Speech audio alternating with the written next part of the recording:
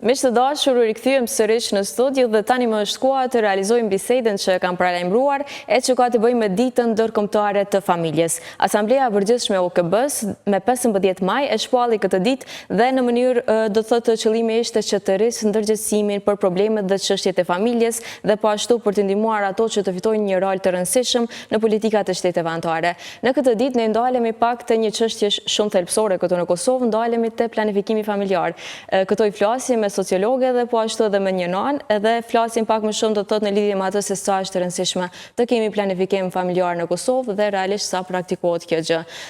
Në një lidhje direkte e kam Flak Imeri, e cila është sociologe. Flaka, mirëmëngjesi. Mirëmëngjesi. Faleminderit shumë për kohën dhe po ashtu e kam edhe Endrina Shutrak Loka, e cila është nan dhe po ashtu edhe aktiviste prindërore. Endrina, mirëmëngjesi. Mirëmëngjes. Kënaqësi shumë të ju kem të dyjave. Bisedën po e filloj me Flak Imeri, me sociologën do të thotë, dhe po e nisim në lidhje me atë se sa është realisht rëndësishme që në Kosovë të ketë planifikim familjar dhe sa praktikohet faktikisht një gjë e tillë. Mëngjesi për gjithë, onoroj që secila familje të ketë reati, lumturi dhe tjetër qëndrush. Dhe ju ndoshta një herë në vit të shënohet apo të përkujtohet që familja është e rëndësishme, mirë po familja do të mirëmbahet dhe riparohet çdo ditë edhe atë me dashuri. Më kuptova shumë e rëndësishme që të ketë planifikim familjar, duke pasur parasysh kotën ekonomike cilën ne jetojmë, po ashtu edhe dinamikën cilën prindrit e kanë, ku shpeshherë mund të kufizohen edhe në rritjen e natalitetit apo planifikimit familjar me shumë fëmijë siç ka qenë më herët. Shpeshherë ne dëgjojmë që në kohët e mëhershme apo vite më parë janë rritur 5 fëmijë, 10 fëmijë. Është krejtësisht në rregull, mirë po ka qenë dinamika tjetër, rrethana tjera, kostet e tjera, kurse tani ne përballemi me gjitha këto vështirësi, edhe prindrit e kanë shumë të nevojshme që të kemë planifikim familjar. Unë jam shumë pro familjeve dhe atyne familje me shumë fëmijë, sepse atmosfera, lumturia është e gjithë bota. Kur një shtëpi është e mbushur me fëmijë dhe po besoj që secili prind do ta dëshironte këtë, apo secili çift i martuar do të dëshironte që të ketë fëmijë, kurse në raste të tjera është zgjedhje individuale e personave që mos ta kenë këtë vullnet. Mirë po shpesh koha në të cilën ne jetojmë po e përsëris dhe imponimi cilën na bie, neve na bën që domosdoshmërisht të kemi planifikim familjar. Sa ka në Kosovë planifikim familjar, unë nuk kam statistika të sakta, mirë po mendoj që është ngritë vetdia, sidomos të çiftet e reja, që shumë është e rëndësishme planifikimi familjar, edhe është e mirë edhe në shëndetin mendor, edhe në shëndetin riprodhues, edhe të gjitha aspektet që planifikimi familjar të bëhet, sepse në aspektet të tjera që ndoshta ekspertët tjerë do të mund të kishin folur më gjatë apo me detaje se ku janë përparësitë dhe mangësitë nëse nuk do të kishte planifikim familjar. Mirë po në aspektin shoqëror, social, unë shoh shumë të nevojshme dhe jam e kënaqur, jam e lumtur që tashmë është ngrit vetdia dhe të më shumë është në përparim planifikimi familjar. Flaka, faleminderit për përgjigjen. Në fakt ngritet disa çështje shumë të rëndësishme sa i përket kësaj teme, po ndalim pak edhe te Endrina dhe po e pyes ato personalisht se çfarë duhet me ditë një çift para se mu bë prind dhe po ashtu sa është rëndësishme edhe përgatitja emocionale edhe ajo psikologjike për prindrim. Përshëndetje, spari përroj ditën e familjes gjithë familjeve në Kosovë dhe po besoj që janë të përmbushur shpirtnisht në gjitha mënyrat në secilën shtëpi. Për me kriju një familje të dush spari me ditë a je përmbushur emocionalisht para gjitha kushteve tjera. Si çift dush me ditë a keni një stabilitet emocional edhe një stabilitet mendor, për me qenë gatshëm me kriju një familje prej zeros. Faleminderit për përgjigjen. Kisha dashur prej të dyjave, po ndalem pra po shkoj kështu me radhë, duke qenë se kemi edhe kështu lidhjen direkte virtualisht. Po shkoj me radhë, po ndalem edhe te Flaka, mbase më na dhon një përgjigje në lidhje me ato se çka duhet me ditë çiftet e reja, edhe do të thotë disa prej aspekteve më të rëndësishme sa i përket çifteve të reja që mendojnë të bëhen prindër. Ajo që ka shumë e rëndësishme që ata t'jenë të vetëdijshëm për përgjithësinë cilën do ja japin vetës si prindër, dhe t'jenë të gatshëm të përballen me këtë sfidë, qoftë në aspektin të shëndetit mendor, ta kenë nga durimi, sepse fëmia është një sfidë për të rritur, e sidomos në këto rrethana të cilat ne sot jetojmë me shumë problematika shoqërore. Mirë po të kenë edhe një kosto ekonomike të përballueshme në raport gjatë rritjes së fëmijës, dhe planifikojnë qoftë shkollimin, qoftë investimet e tyre, sepse tashmë fëmijët kanë kërkesa, jo edhe pse më herët nuk kanë pas, mirë po imponimi shoqëror, rrethana shoqërore, jeta sociale e sotshme është në shumë degë, është jashtëzakonisht e degëzuar, mirë po ne për ta mbajtur në vit të drejtë ndoshta fëmijën apo për ta mbajtur në kontroll, ne sigurisht që duhet ta angazhojmë, mirë po duhet të kemi edhe durimin për të përballur me sfidat në përkujdesjen e tij në aspektin prindëror, shoqëror, mirë po edhe në ngritjen e kapaciteteve edhe rrugtimin e tij gjatë zhvillimit profesional cilin do ta ndjekë fëmiu. Kështu që prindrit do të jenë të përgatitur në të gjitha aspektet, nuk mund të themi që jemi të përgatitur vetëm në aspektin fizik të shëndetit të dy prindërve, masnej sepse rruga na nuk mund ta dimë se çfarë do të na sjellë. Mirë po, kur na jemi të përgatitur në aspektin psiqik, në shëndetin mendor që tashmë jemi të vetëdijshëm për të bërë prindër, atëherë ne duhet dimë që rruga mund të na sfidojë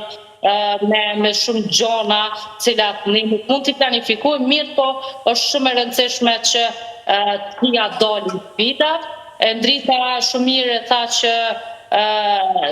do të përgatitet sidomos në aspektin emocional, sepse momentin që ti bësh prindër, emocioni të ndron, bota ndron dhe është krejtësisht një kapitull i ri i jetës, dhe unë mendoj që është prej kapitujve më të mirë që mund të ndodhë një çifti i cili planifikon me pas fëmijë, përgjithësia rritet jashtëzakonisht shumë, dhe po ta mrish moshën e tretë të pleqërisë, ti prapë bëjesh ai prindi i cili do të kujdesesh ndoshta për atë fëmijën apo në aspektin emocional, dhe do kujdesesh ende për fëmijët e tu, ndoshta edhe për ne për të mbesat. Domthonë është një kapitull goxha i gjatë, goxha sfidues, mirë po nëse ne përgatitem në aspektin psikologjik të shëndetit mendor, besoj që do t'ja dalim këto sfide secili prej atyre i cili planifikon fëmijë. Flaka, sa mirë në fakt që në Kosovë çdo ditë më shumë po flitet për përgatitjen psikologjike përkundër atyre kushteve ekonomike, dhe po ashtu edhe sa i përket përgatitjeve të tjera. Mu po m'vjen mirë shumë që sot në Kosovë flitet shumë më shumë për shëndetin mendor. Po ndalem pak te Endrina, edhe kisha dashur me dëgju prej saj këshillat që do u kishte dhënë të gjithë prindërve që mendojnë të kenë fëmijë, dhe po ashtu edhe sa është rëndësishme me i nda përgjegjësitë të çiftit. Këshilla jam gjithmonë që ja bëj nanave të reja është që vendosin e emocionin e fëmijëve para gjithçka tjetër. Përkujdesuni pak më shumë për mirëqenjen emocionale të fëmijës se sa për mirëqenjen fizike. Sociologja e tha shumë mirë që pak më herët, në kohët më herët, normalisht që është mbajt më mirë numri i madh i fëmijëve në shtëpi, sepse nuk janë përkujdes fatkeqësisht për mirëqenjen sociale së pari të nanës, mandej të gjithë fëmijëve të tjerë në shtëpi. Sot jemi vetëdijsur pak më shumë, edhe po mendojmë që më rëndësi është cilësia se sasia të kantarët e familjes, edhe për këtë arsye fajsohen shpesh, unë shoh që edhe po paragjikohen anat e reja që po mbesin me 1 ose me 2, më së shumti me 3 fëmijë, më së shumti prej grave në moshë, me ato fjalë që nëse edhe një, pse veç me dy, pse veç me një. Mirë po unë jam shumë krenare për nanat që po mundohen me gjitha mënyrat, me gjitha kushtet, me i mbajt ata pak fëmijë që i kanë në mënyrën më të duhur të mundshme. Për me i nda përgjithësit me prindin tjetër, në këtë rast me bashkëshortin tem, ka qenë shumë e lehtë, sepse qysh prej fillimit të lindjes fëmijëve e kemi ditë që duhet me u përkujtes veç na dy për ta, edhe obligimin kryesor e kemi veç na dy, edhe nuk e kemi pas shumë vështirë gjatë rrugës. Endrina, ngrite një çështje që unë kisha dashur me pyet sociologën më shumë lidhje me këtë çështje që ngrite, edhe me e pyet so ka ndryshuar ndër vite ky presioni mbase le të themi që shoqëria nganjëherë me apo pa dashje i vendosin në presion çiftet që të krijojnë familje. Është shumë gabim kur ne bëjmë presion në raport të çiftet e reja apo të çiftet që të kenë fëmijë, shpesh herë dëshira për të pasur fëmijë është shumë e madhe, mirë po mund të jenë faktorë të tjerë që ndoshta nuk po lejojnë ardhjen e një fëmijë në jetë. Është shumë e rëndësishme që të punohet për mirëqenien në raport që asoj grua dhe që ati burri që ata mund ta kenë presionin e tyre për ta pasur një fëmijë që buron nga vetë brenda emocionit, organizmit të atyre personave dhe mos krijohet ai presioni nga familjarët, çka po pritni, pse s'prenisni një fëmijë, me kon tash fëmijë kishin shkuar në shkollë, moshatorët e juaj kanë fëmijë. Ajo vetë se e rëndon shëndetin mendor, emocionalisht, mundësisht edhe mbi gjitha, definitivisht e krijon një distancë, e krijon një mur, një kufe në raport edhe me ata familjarë dhe mos të vije deri në një formë që ndoshta mund të krijohet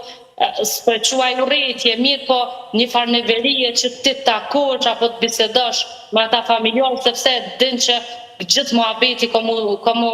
diskutu, ka mu cilë rreth asoj qoftit se çka po pritni. Unë mendoj që secili çift që po një planifikim familjar, ka dëshirë që ai planifikim t'i arrihet, mirë po ndoshta janë disa faktorë që ende nuk është ardhur momenti. Jam shumë të vetëdijshëm tash, sidomos gjeneratat e reja që e dim për shkak dinamikës që na sot jetojnë, stresi është shumë i lartë, mas ne përgjithësi që mund t'i kemi qoftë në punë, qoftë përgjithësitë familjare, këto janë pasoja dhe shkaqe që ndoshta mund na pengojnë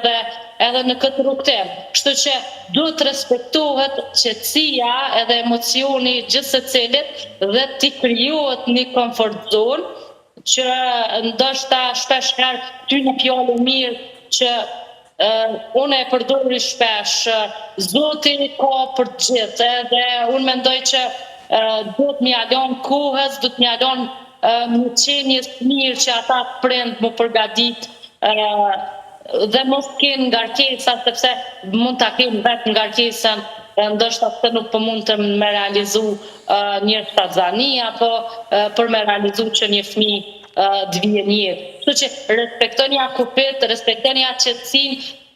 bëni më të lehtë që ta të kalon çat sfidën apo çat emocionin në cilin është duke përjetu. Dhe jo të ashtu të pyet çdo ditë se ty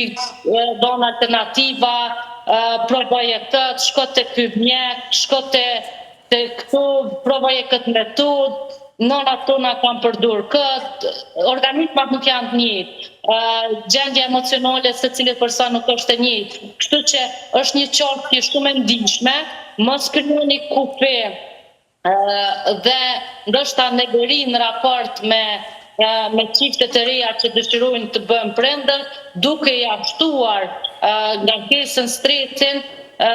pse ata nuk e thillin një fëmijë. Unë mendoj që duhet t'ia lënë kohës, duhet të mbështeten dhe duhet thënë që ky rrugtim mund të jetë i vështirë, mirë po një ditë do të ndodhë. Kështu që besoj që edhe raportet, relacionet kanë me qenë shumë të mira. E vërtet, Flaka e përmendë shumë e vendet disa prej sfidave, njëra ndërto edhe presionet shoqërore. Kisha dashur më ndalë edhe të Endrina, si në e rej me pyet pak më shumë se cilat janë disa prej sfidave të mundshme që është përballur ose që mund të përballet. Po, me u bëna nuk është e lehtë, mirë po varet ku fokusohesh më shumë. Është pak e vështirë me u fokusu me rrit një fëmijë në vitin 2026, sepse me të vërtet jo veç kërkesat e fëmijës, po dhe kërkesat e nanës janë pak më të shumta. Nanat në këtë vit po dojnë me punu, me zhvillu një karrierë, një sukses, nuk po dojnë me i lanë ëndrat anash. Kur unë jam bërë nanë, ka qenë vitin 2019 edhe 2020 edhe atë ku ka qenë një farë pauze, ko gjatë gjatë që unë është dasht me marë për shkak të rritjes fëmijës. Mandej ka qenë sfida më e madhe për mu, ka qenë është me u rikthy fuqishëm në karrierën tam, cilën jam mundu mandej me balancu me prindrimin. Ka qenë pak e vështirë se kam qenë edhe e rej në mosh, edhe për me i bot gjitha për një herë vetë është këgja sfiduse, si për nanën, si për babën, po jak mi dalë bashkë edhe mendoj që kemi rritë fëmijë të mënyrën më të mirë të mundshme. Dhe mu po vjen shumë mirë për këto, ne kemi arë në fund të bisedës, unë nuk naqa shumë gjatë kësaj bisede dhe ju presë në studio që të dyjave që të diskutojmë më gjire gjatë sa i përket jo vetëm kësaj teme, por edhe temave të ndryshme që na lidhen me familjen dhe prindrimin dhe po ashtu dhe temat të tjera. Faleminderit shumë të dyjave, kënaqësi. Shumë kënaqësi. Faleminderit shumë, dhuroni sa më shumë dashni, mbështetni prindrit apo çiftet të cilët dojnë gjerojnë familjen, ndritët urojmë shëndet edhe fëmijës, edhe sigurisht që ndjekë ëndrrën tonë bashkë me fëmijë. Faleminderit shumë. Faleminderit. Pra shikues të dashur, ishim me Endrina Shutrak Lokaj, aktiviste prindërimi dhe po ashtu ishim me Flaki Miri, sociologe, ku folëm pak më shumë për ditën ndërkombëtare të familjes dhe atë se sa është rëndësishme të kemi një planifikim familjar dhe sfidat me të cilat përballen prindrit e ri, por edhe prindrit e tjerë këtu në Kosovë.